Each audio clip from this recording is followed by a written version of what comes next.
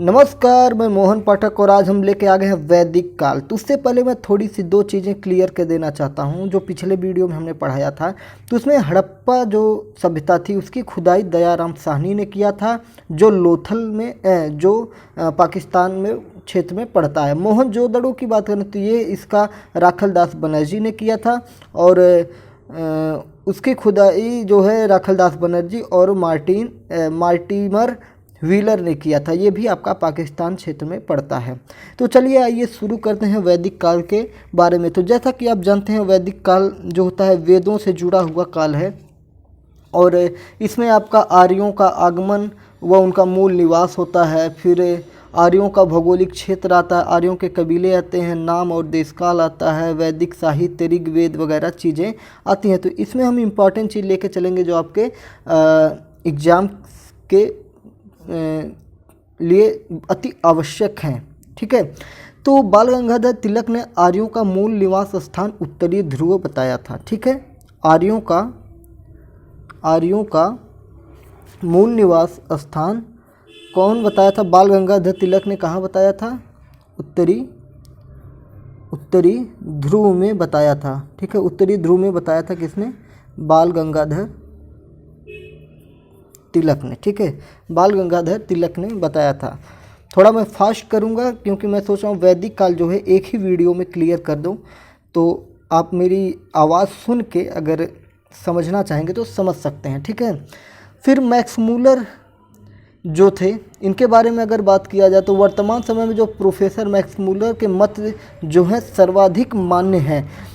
इन्होंने आर्यों के मूल निवास स्थान व आगमन काल को लेकर अधिकांश विद्वान में के जो विचार थे उनसे मैक्स मूलर सहमत थे कि आर्य मूल रूप से मध्य एशिया के थे। ठीक है, मध्य एशिया के थे। आर्य कहाँ के थे? मध्य एशिया के थे। कौन था? Max Muller. तो आपके सीटेट और टेट के एग्ज़ाम के हिसाब से ये दो ही इम्पॉर्टेंट है। ठीक है, अगर आर्यों के आगमन का बात करें तो 1500 ईसा पूर्व पहले माना जाता है। ठीक है, भारत में उन्होंने सर्वप्रथम सप्त सैंधव प्रदेश में बसना प्रारंभ किया था। कहाँ पे बसना प्रारंभ किया? सप्त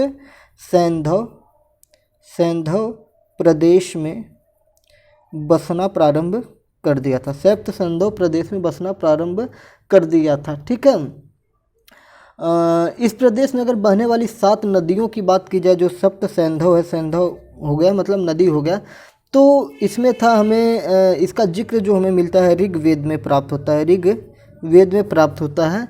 वो मिलता है कि इसमें था सिंधु सरस्वती और शतद्री नाम से था। शतद्री को ही सतलज कहा जाता है। तो सिंधु, सरस्वती और सतलज, विपाशा को ब्यास नदी कहा जाता है। पुरुषणी, रावी नदी, देखिए ये ऋग्वेद की भाषा है। और वितस्ता जिसे झेलम नदी कहते हैं। ठीक है, झेलम नदी को विशस्ता कहते हैं। और आपके पुरुषणी जो है रावी नदी हो गया, विप्रासा जो हो गया व्यास नदी हो गया, और शतद्री जो हो गया सतलज नदी हो गया, और सिंधु और सरस्वती आपके हो गए। तो 1 2 3 4 5 6 7। ठीक है, 7 नदी हो गए। ठीक है, सिंधु, सरस्वती, शतद्री, विपाशा, पुरुषणी, वितस्ता, और एक आपका जो 7वां हो जाएगा अस्किनी हो गया। 7वां जो आपका हो जाएगा अस्किनी हो जाएगा। 7वां आपका अस्किनी हो जाएगा। ठीक है, तो ये आपके कुछ नवीन नाम भी थे और प्राचीन नाम भी थे जो आप मेरी आवाज़ सुन के उसको बना सकते हैं। अगर आर्यों के कबीले की बात की जाए तो इनका जो कबीला था, महत्वपूर्ण कबीला भारत था। आर्यों का सबसे महत्वपूर्ण कबीला भारत था। समझिए, आर्यों का महत्वपूर्ण कबीला भारत था। इसके शासक वर्ग का जो नाम था त्रिस्तु था। शासक वर्ग का जो नाम था त्रिस्तु था। ऋग्वेद में आर्यों के जिन 5 कबीलों का उल्लेख है उनमें पुरु, यदु, तुर्वश, अनु और दुह्य प्रमुख थे। ठीक है, ये आपके प्रमुख थे। पुरु, यदु, तुर्दश, अनु और दुह ये प्रयुक्त है। इसे पंचनयन के नाम से भी, पंचयन नाम से भी जाना जाता है। ठीक है। अब जो एग्ज़ाम के हिसाब से क्वेश्चन बनते हैं कि गायत्री मंत्र जो है किसको संबोधित करता है, तो ये सूर्य को संबोधित करता है। ठीक है। अक्सर लोग सूर्य को जल वगैरह देते समय ओम भूर्भुवस्वः तत्सवितुर्वरेण्यं भर्गो देवस्य धीमहि धियो यो न प्रचोदयात्, ये आपका गायत्री मंत्र है। ठीक है। ये मंत्र का उच्चारण करके जल देते हैं। ठीक है। तो जो सूर्य से संबंधित था और देवी सावित्री से भी संबंधित था, देवी सावित्री से भी संबंधित था। सावित्री को सवितुर से भी संबोधित करता है। ठीक है। सावित्री को सवितुर भी कहा गया है। ठीक है। सावित्री को सवितुर भी कहा गया है। चलिए थोड़ा अपनी स्पीड में बढ़ाने की कोशिश कर रहा हूँ। ऋग्वेद में जो रचे गए ग्रंथ थे, 4 ग्रंथ वेद थे, ऋग्वेद, यजुर्वेद, सामवेद, अथर्ववेद, ये आपके 4 वेद थे। चलिए तो आइए हम इनके बारे में थोड़ा थोड़ा जान लेते हैं। अगर ऋग्वेद की बात करें, पहला वेद जो है हमारा ऋग्वेद। अब हम ऋग्वेद के बारे में बात कर ले रहे हैं। थोड़ा मैं पेज पर रखता हूँ। ठीक है। आइए तो ऋग्वेद के बारे में बात करते हैं। ऋग्वेद के बारे में हम बात कर लेते हैं कि ऋग्वेद में क्या था। तो यह इम्पॉर्टेंट ये चीज़ है कि यह सबसे पुराना वेद है। यह सबसे क्या है, पुराना वेद। इसको रट्टा मार जाइए, यह सबसे पुराना वेद है। क्वेश्चन बनता है कि सबसे पुराना वेद कौन सा है, तो आपका ऋग्वेद है। इसमें 100 मंडल हैं और 1028 सूक्त है। ठीक है। इसमें देवी देवताओं की स्तुति की, इसमें देवी देवताओं की स्तुति की गई है। ठीक है। वंदना की गई है। ठीक है। इसमें मुख्य जो है आपके अग्नि हैं, इंद्र हैं और सोमदेव है। ठीक है। अग्नि, इंद्र और सोम है। ठीक है। ऋग्वेद सबसे पुराना वेद है। 100 मंडल हैं, 1028 सूक्त हैं, देवी देवताओं की स्तुति की गई है, जिसमें मुख्य में जो आपके देवता हैं तो अग्नि है, इंद्र हैं और सोम है। ठीक है। ये महत्वपूर्ण चीज़ें आपकी रही। सूक्त का मतलब होता है कि अच्छी तरह से बोला गया। ठीक है। सूक्ति जो होता है, सूक्त का मतलब होता है अच्छी तरह से बोला गया। ठीक है। आइए थोड़ा और इनके बारे में देखते हैं क्या है। ऋग्वेद का पाठ करने वाले को होत्री कहा जाता है। जो ऋग्वेद का पाठ करता है उसे कहा जाता है होत्री। ऋग्वेद के पाठ करने वाले को क्या कहा जाता है, होत्री कहा जाता है। इसको याद कर लीजिएगा। और ऋग्वेद से क्या लिया गया है, असतोमा सदगमय जो है आपका ऋग्वेद से लिया गया है। ऋग्वेद की भाषा क्या थी, तो प्राक भाषा। ऋग्वेद की भाषा जो थी प्राक संस्कृत या वैदिक संस्कृत, जो बहुत कठिन होती थी, बहुत क्लिष्ट होती थी, जिसको पढ़ पाना सबके बस की बात नहीं होती थी। ठीक है। तो ये चीज़ हो गया। आइए देख लेते हैं सामवेद के बारे में। सामवेद के बारे में जानते हैं। सामवेद में क्या होता है, ये महत्वपूर्ण, इसमें 2-3 क्वेश्चन आपके बनते हैं कि इसका जो गान करते थे, देखिए ऋग्वेद में पाठ किया जाता था और सामवेद में गान किया जाता। गान करने वाले को क्या कहते थे, उद्गात्री। ऋग्वेद में होत्री होता था पाठ करने वाला, और गान करने वाला सामवेद में उद्गात्री होता था। और ऋग्वेद में क्या था, सामवेद में 1810 छंद थे, और जिनमें 75 को छोड़कर शेष सभी ऋग्वेद में भी उल्लिखित हैं। इसमें से 75 को अगर छोड़ दिया जाए तो ये बाकी सारे के सारे ऋग्वेद में भी उल्लिखित हैं। ऋग्वेद में भी क्या है, उल्लिखित हैं। सामवेद में 1810 छंद हैं, जिनमें 75 को छोड़कर से सभी ऋग्वेद में उल्लिखित हैं। ठीक है। और थोड़ा सा सामवेद जो है भारत की प्रथम संगीतात्मक पुस्तक होने का गौरव प्राप्त करती है। मतलब सामवेद की रचना ऋग्वेद में दिए गए मंत्रों को गाने योग्य बनाए गए हैं। अब यही समझ लिए 1810 छंद हैं और 75 को छोड़कर ऋग्वेद में है, तो ऋग्वेद मतलब 75 को छोड़ दीजिए, तो जितने सारे बचे हैं तो ऋग्वेद को ही किस प्रकार से पढ़ा जाए, किस प्रकार से गाया जाए, वही था। ठीक है। कहा जाता है कि संगीत किस में प्राप्त होता है, तो संगीत आपका सामवेद में ही प्राप्त होता है, मतलब संगीत का जन्म सामवेद से ही हुआ है। ठीक है। यजुर्वेद के बारे में जानते हैं।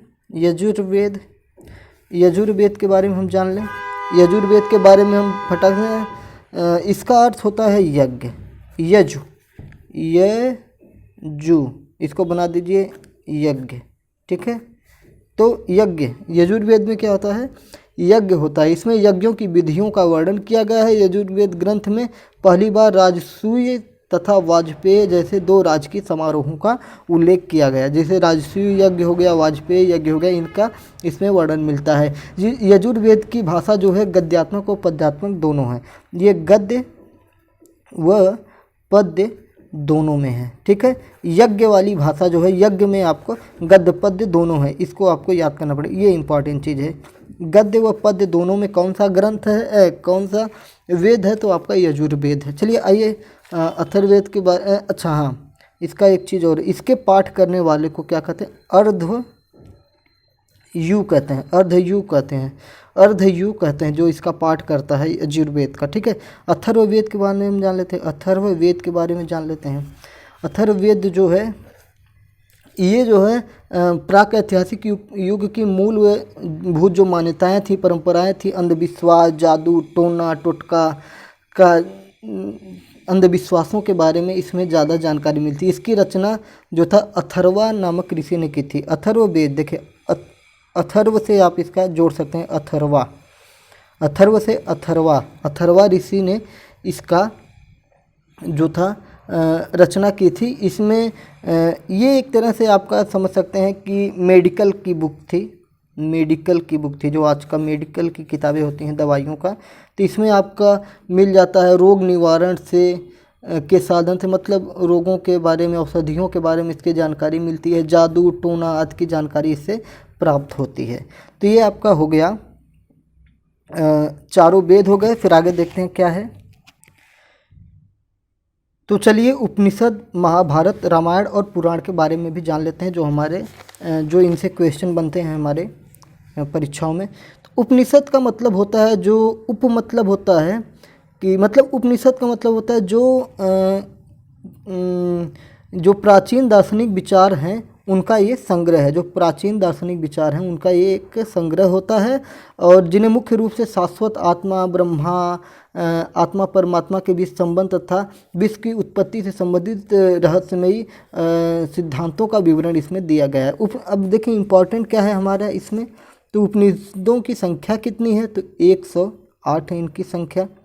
इनकी संख्या 108 है, लेकिन अभी तक मिले कितने हैं, मिले या प्राप्त कितने हैं, तो 16 ही मिले हैं। ठीक है। 108 इनकी संख्या है उपनिषदों की, और प्राप्त कितने हुए हैं, 16 प्राप्त हुए हैं। ठीक है। सबसे बड़ा उपनिषद की बात करेंगे, सबसे बड़ा की बात करेंगे तो बृहदरण्यक। बृहद मतलब बड़ा होता है, रण्यक मतलब रण दूसरी चीज़ होती है, आपका जंगल वगैरह हो जाता है, पर यहाँ क्या अर्थ है इसका मुझे ज्ञात भी नहीं है। तो सबसे बड़ा उपनिषद जो है बृहदारण्यक है, और सबसे छोटा उपनिषद जो है, सबसे छोटा जो है आपका मुंडकोपनिषद है। इससे भी एक क्वेश्चन आपका बनता है कि सत्यमेव जयते कहाँ से लिया गया है, तो मुंडकोपनिषद से लिया गया है। देखिए 3 क्वेश्चन यहीं से आपका क्लियर हो गया। 5 क्वेश्चन इतने में, जो मेरा 1000 का सीरीज में बताया हूँ, तो उसका ये पापा निकलेगा। मुझे लगता है कि कई हज़ार क्वेश्चन तैयार हैं। देखिए एक में 5 क्वेश्चन, सबसे बड़ा बृहदारण्यक है, एक क्वेश्चन छोटा मुंडकोपनिषद, सत्यमेव जयते कहाँ से लिया गया, तो मुंडकोपनिषद से। मुंडकोपनिषद क्या है, एक उपनिषद है। उपनिषदों की संख्या कितनी, 108, कितने प्राप्त हुए हैं, 16। अभी और 1-2 क्वेश्चन इसमें बनाना हो तो 7-8 क्वेश्चन बन जाएंगे। चलिए आइए महाभारत के बारे में जान लेते हैं। महाभारत का मूल नाम क्या है, मूल नाम, तो आप लोगों के गांव में जय सिंह नाम का कोई व्यक्ति होगा, तो उसी को याद कर लिए कि जयसिंह ही महाभारत है। ठीक है, मूल नाम जो महाभारत का है उससे जय संहिता, ठीक है, जय संहिता कहा जाता है। ट्रिक भी बता दिया हमने। इसमें 90,000 से ज़्यादा श्लोक हैं। कितने हैं? 90,000। महाभारत में क्या है? 90,000 से ज़्यादा क्या है? श्लोक हैं। 90,000 से ज़्यादा श्लोक हैं। इसको पढ़ने में सालों बीत जाते हैं। ठीक है, 90,000 से ज़्यादा श्लोक है। यह दुनिया का सबसे बड़ा महाकाव्य है। यह दुनिया का सबसे बड़ा महाकाव्य है। महाभारत क्या है? महाकाव्य है। दुनिया का सबसे बड़ा महाकाव्य है। ठीक है, दुनिया का सबसे बड़ा महाकाव्य है। और भगवत गीता जो आप लोग सुनते हैं, भगवत गीता, या जिसे आप गीता के नाम से ही सिर्फ जानते हैं, गीता, जिसमें श्री कृष्ण के विचार, उनके संदेश हैं अर्जुन के लिए, तो ये आपका महाभारत का ही भाग है। और महाभारत में मतलब इसके रचयिता के बारे में बात करें तो वेद व्यास हैं।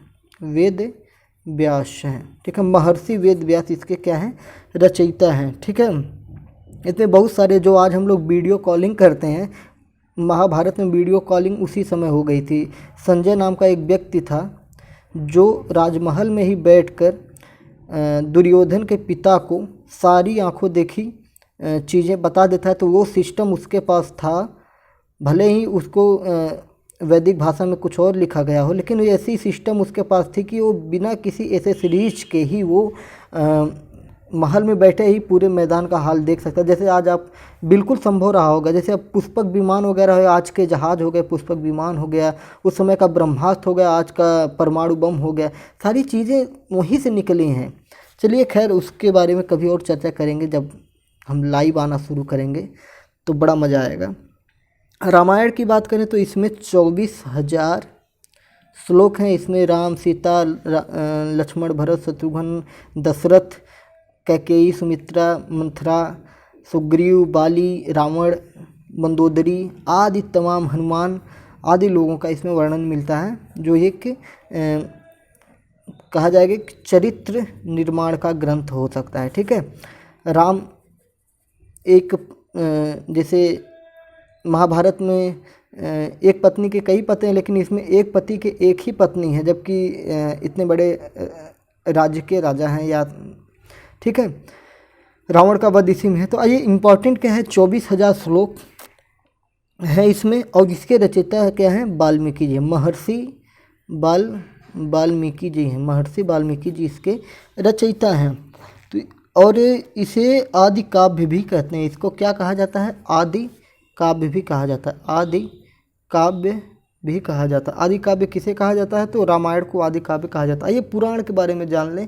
पुराणों की संख्या कितनी है? 18। ये इम्पॉर्टेंट है। पुराणों की संख्या कितनी है? 18। ठीक है, एक क्वेश्चन और बनता है कि नैनीताल झील जो है आपका, आई थिंक मध्य प्रदेश, नैनीताल झील जो है आपका मध्य प्रदेश में है, जो जिसे स्कंद पुराण में क्या कहा गया है? स्कंद पुराण में क्या कहा गया है? तो स्कंद पुराण में आपके नैनीताल झील को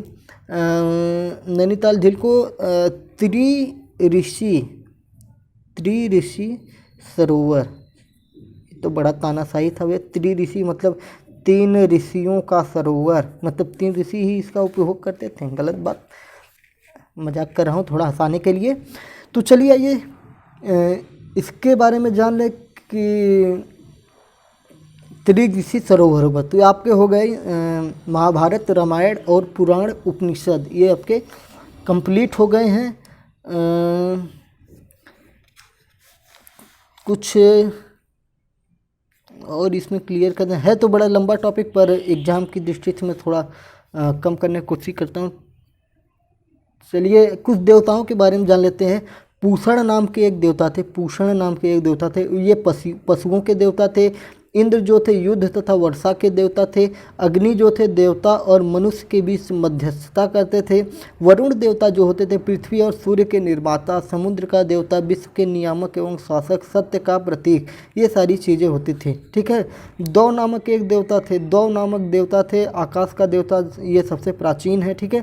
सोम जो है ये इनका अलग अलग रोल होता है, तो इसको आप वनस्पति का देवता मान सकते हैं। ठीक है, वनस्पति का देवता माना जाता था। उषा नाम की एक थी, प्रगति एवं उत्थान की देवता थी। अश्विन जो थे विपत्तियों को हरने वाले थे। विष्णु देवता जो थे ये विश्व के संरक्षक और पालनकर्ता के लिए इनका संबंध था। और मरुत नाम के एक देवता थे, ये आंधी तूफान का देवता थे। ठीक है।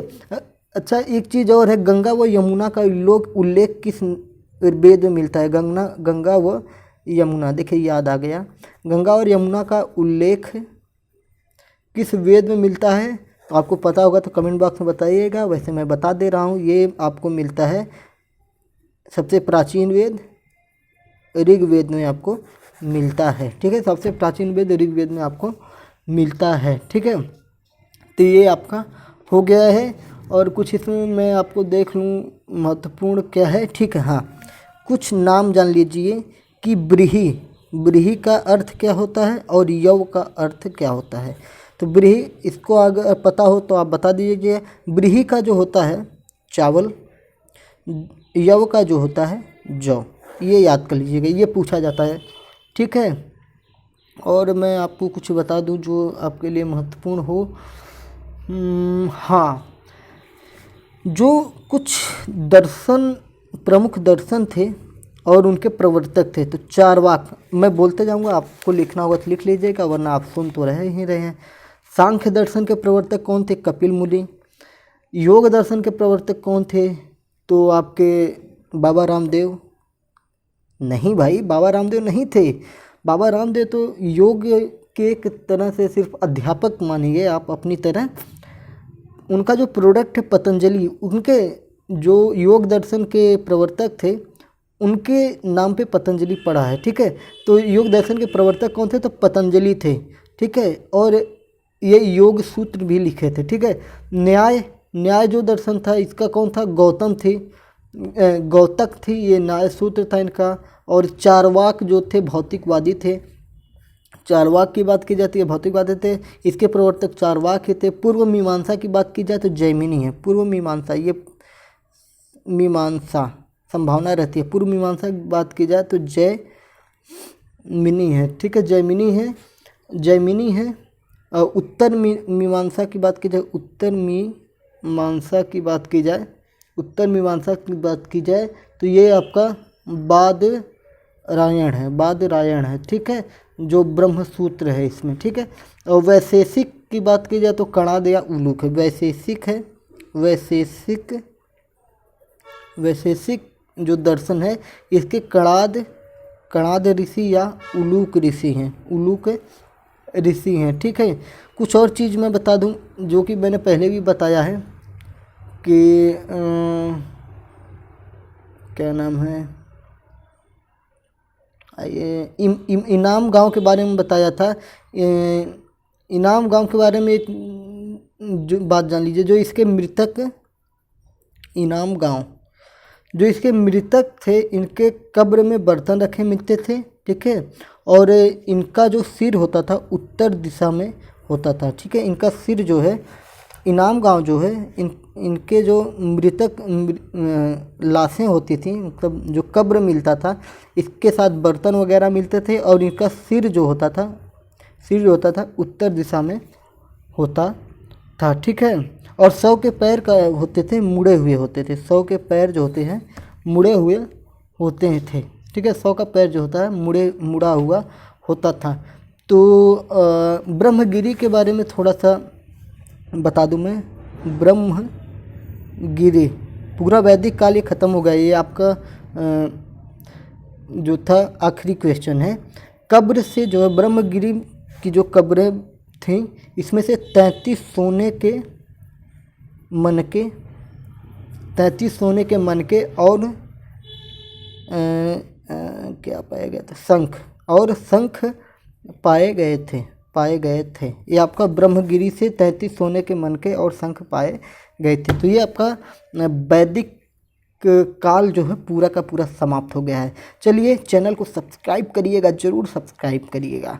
सब्सक्राइब करेंगे तो आगे बहुत मज़ा आएगा भैया। तो चलिए, जय हिंद, नमस्कार।